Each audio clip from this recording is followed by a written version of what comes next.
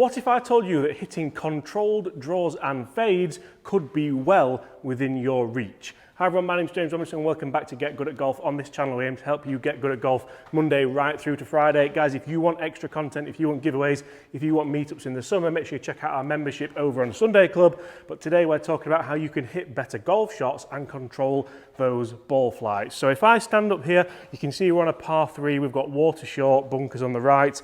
I want to hit a nice draw. So I'm going to make sure that everything that I do sets up for that ball to start on the right hand side and then draw back towards that target. This might go in actually.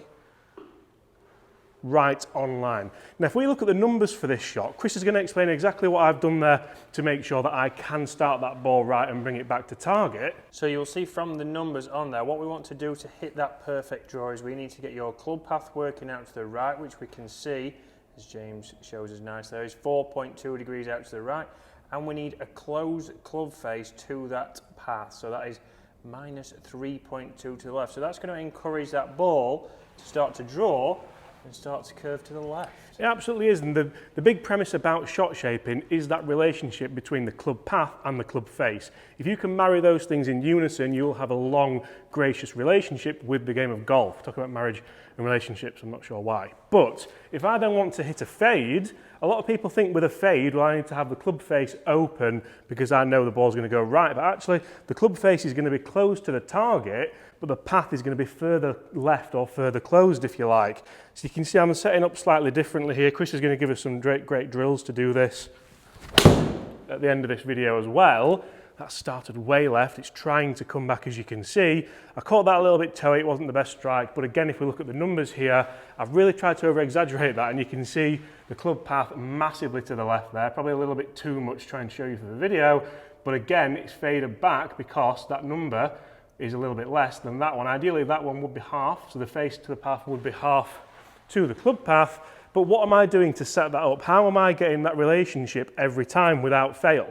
So if I want to hit a draw, we'll start with the draw, and a really easy way to do this is to get an alignment stick or a shaft or anything like that. This is going to marry my swing path. So as you can see, if I have a really close stance here, get that a little bit closer. If I have a really close stance here, and then I try to match that path, you can see that ball started right. Now watch that start to come back towards the target. We've actually changed holes here. I should have changed clubs. But if we look at the numbers now, you'll see it's a massive swing path out to the right, 7.4. So that's all down to my alignment of my body, of my feet, of my shoulders, of my hips. Now, if I were to move this shaft just a little bit further in, so you can see that's probably around the 7.4. If I move that a little bit less, so I'm going to stand just a little bit square, I'm still open, I'm still getting that path out to the right. It's all down to the club face control as well. But now if I try and deliver a club path of around maybe 4, you can see the ball still starts right, will have less curvature in the air, but still wants to come back. So if we look at that number now, I'm guessing 1.6, so nearly 2, a lot less than the 7, because my alignment is a lot squarer than what it was the first time around. You can also see there this face to path is ever so slightly open, so that's why that shot stayed to the right, didn't it? It just stayed bullet straight. Yeah, so but pretty much you have to make sure that club face is close to the path yet open to the target. It's vital that you get those two right as well. There's no point trying to hit a draw with the club face open to the path, because then we hit this one, the big block, and you think, oh well, the club path was perfect, what's happened there, why hasn't that come back? I know that club's gone out. A lot of people will then think, oh, I must have sliced that because it's gone right. So then you think, well, a slice means I'm coming over the top, means I'm coming across the ball, and then you think I better get more inside and I better hit more from the inside. Then you leave the face open again and you hit it further right, and it's very destructive to your game of golf. So you can obviously do this with a fade as well. The setup is key to hitting these shots. So if I have a really nice open stance here, what you'll see a lot of people do is they'll set the feet open, they'll set the hips open, and you're ready to go for a nice fade. But then the shoulders will be closed, and then everything kind of is out of kilter. You're not going to be able to hit consistent shots from there because everything's out of line. I want to make sure everything is just a little bit open, and then I'm going to make sure that I cut across the ball with a nice open face. And you can see that I need to work on my fades a little bit because I lose the ball strike ever so slightly. That's short again, but it's finished bang on line. So if we have a look at those numbers again now, club path massively to the left, 15.8. The face 10 degrees, so again, that's why it finished nicely on line. But if I want to hit a nice controlled fade, I'm just going to stand ever so slightly open. I'm going to feel like the club works ever so slightly across the ball, compress the ball down into the turf.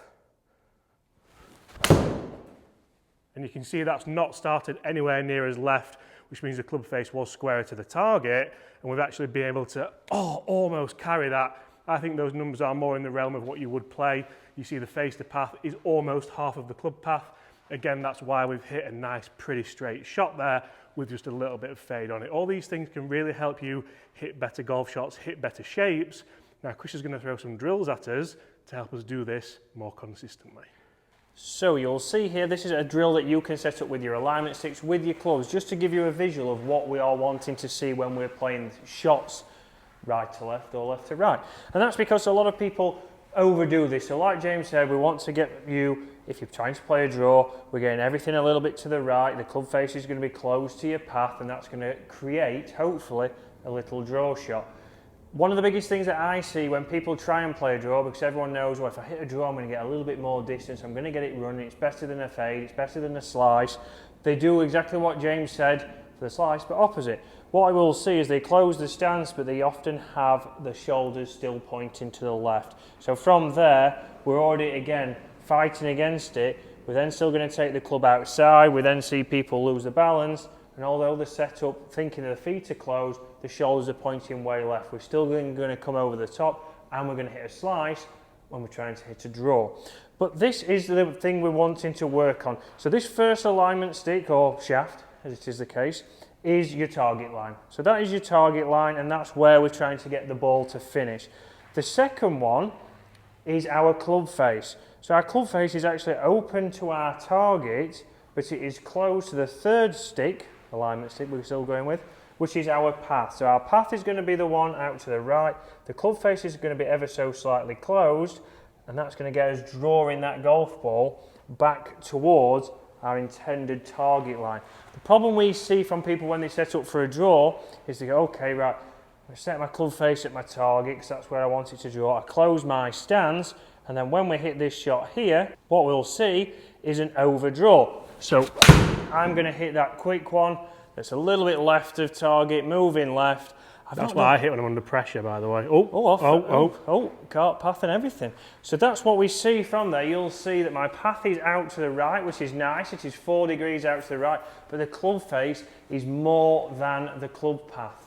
So that's going to encourage a hook, not a draw. So that's going to get the ball starting too close to its target line, moving left of target, and as a result, missing the green. So we've got to work on this. This is exactly the same if we switch this round for a fade. I want to start to see you getting the club face actually close to your target line, but open to your path. And notice, guys, how this relation is 50% each time. So the club face is 50% away from the target line, and there's another 50% away for the swing path. Exactly. We're not trying to overdo it. And how many times are you trying to set up for a certain shot shape? I'm just going to play a little fade off this one. I've picked the left edge of the thing. I've picked the left edge of the fairway. I'm going to fade it back to the middle, but it's finished way right. And that's because we've got too much difference. You've exaggerated the stance. We've kept that club face wide open. And then from there, it's starting right of target, moving right, and we're also losing distance and losing power. So when you're thinking about, you want to learn about how to shot shape, this is a great visual for you to put down. It's a good way to train you, starting the ball where you want it, moving it back to target, and helping you get good at golf.